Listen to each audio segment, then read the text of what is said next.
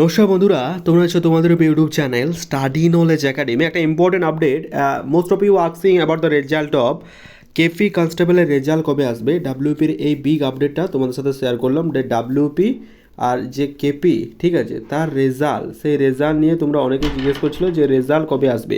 সেই নিয়ে দেখলাম টেলিগ্রাম চ্যানেলে অনেকে মেসেজ করেছো এবং জানতে চেয়েছো যে ডাব্লিউপির ফাইনাল যে রেজাল্ট, তার সাথে হচ্ছে তোমার যে কেপি কনস্টেবলের রেজাল্ট, এটা কবে আসবে সেটা নিয়ে তোমরা কিন্তু অনেকে মেসেজ করছো। আমি তোমাদের পার্টিকুলারলি অনেকে রিপ্লাই করেছি।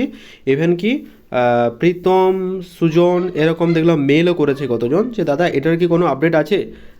দেখো, অফিসিয়াল তো কোনো আপডেট নেই, কিন্তু একটা বলা যেতেই পারে কবে আসছে রেজাল্ট, এটা কিন্তু আমরা একটা আন্দাজ করতেই পারি। আমরা প্রত্যেকে জানি ডাব্লিউপি কেসটা, সেটা কিন্তু পিআরবি বোর্ড অলরেডি জিতে গেছে, যেটার ভিডিও আমি অলরেডি আপলোড করে দিয়েছি। ঠিক আছে, ওটা কিন্তু তোমরা প্রত্যেকে দেখেছো।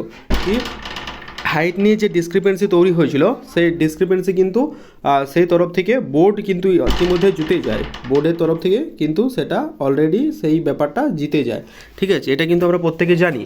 এর পরবর্তীকালে যে বিষয়টা নিয়ে আমরা আলোচনা করব সেটা হচ্ছে কেপি কনস্টেবলের রেজাল্ট কবে আসবে। দেখো, কেপি কনস্টেবলের রেজাল্ট ইতিমধ্যে কিন্তু অফিসিয়ালভাবে কোনো তথ্য নেই, কিন্তু যেটা আমরা আশা করছি, আমরা প্রত্যেকে জানি যে 23 থেকে, এটা তো এপ্রিল মাস, জানুয়ারি ফেব্রুয়ারি মার্চ এপ্রিল, 23 থেকে 29 এপ্রিল ভোট ইতিমধ্যে ডিক্লেয়ার। এবার মে মাসে তোমাদের রেজাল্ট আসছে। ঠিক আছে, মে মাসে ধরো সরকার গঠন হচ্ছে, কোন সরকার আসবে। এবার মেয়ের প্রথম যেটা সর্বপ্রথম কাজ হবে সেটা হচ্ছে ডাব্লিউপি রেজাল্ট। ইয়াস, ডাব্লিউপি রেজাল্ট প্রথমে আসবে, তারপর ডাব্লিউপি রিওটা আগে কমপ্লিট করানো হবে, কারণ তখন প্রচুর পরিমাণ কনস্টেবল দরকার। তো ডাব্লিউপি নিয়োগের পর, ঠিক আছে, তোমাদের কেপি কনস্টেবলের রেজাল্ট কিন্তু আসছে। ডাব্লিউপি মানে যে রেজাল্ট আসছে, সে ডাব্লিউপি রেজাল্টের পর কেপি কনস্টেবলের রেজাল্ট আসছে।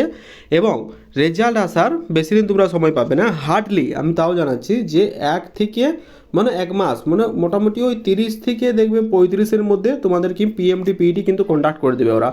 কারণ এই রিক্রুটমেন্টটাও কিন্তু তাড়াতাড়ি করতে হবে ওদের, কারণ যেহেতু দুটো প্যারালাল, কারণ মেন এক্সামও আবার কন্ডাক্ট করতে হবে। সুতরাং এই পিএমটি পিইটি কমপ্লিট হওয়ার পর, পিএমটি পিইটি যখনই কমপ্লিট হয়ে যাবে তখন এবার মেন এক্সামের একটা চাপ থাকবে। সুতরাং এই রিক্রুটমেন্টটাও প্যারালাল তারা আগিয়ে নিয়ে যেতে চাইবে।